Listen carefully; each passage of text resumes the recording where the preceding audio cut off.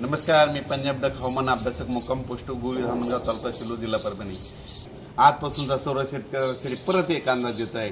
मध्यरात्रीपर्यंत पालम तालुक्यामध्ये एक पावसाची शक्यता आहे, म्हणून तुम्ही शेतकऱ्यांनी हळदी झाकण्याची तयारी ठेवायची।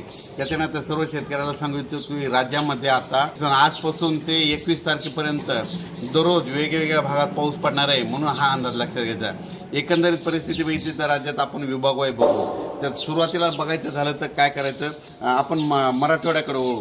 आता मराठवाड्याकडे म्हणजे आज 21 दरम्यान दररोज वेगवेगळ्या भागात 2 दिवस आल्याच्या नंतर परत 2 दिवसांना परत येणार पाऊस, म्हणून हे अंदाज लक्षात घ्यायचा। त्याच्यानंतर म्हणजे आता 18 एप्रिल 19 एप्रिल 20 आणि 21 दरम्यान आता सांगायचं झालं तर कोणत्या भागामध्ये सांगायचं झालं तर दक्षिण महाराष्ट्र, पश्चिम महाराष्ट्र, कोकणपट्टी ह्या भागामध्ये पाऊस पडणार आहे, म्हणून हे अंदाज लक्षात घ्यायचा।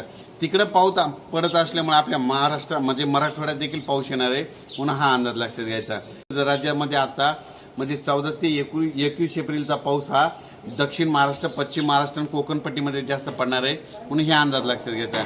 तिकडे पाऊस असल्यामुळे त्याच्या लगतच बाजूला म्हणजे लातूर, परभणी या भागामध्ये देखील पाऊस पडणार आहे, म्हणून हे देखील अंदाज लक्षात घ्यायचा। अचानक वातावरणात बदल झाला तर लगेच एक मेसेज दिला जाईल। धन्यवाद।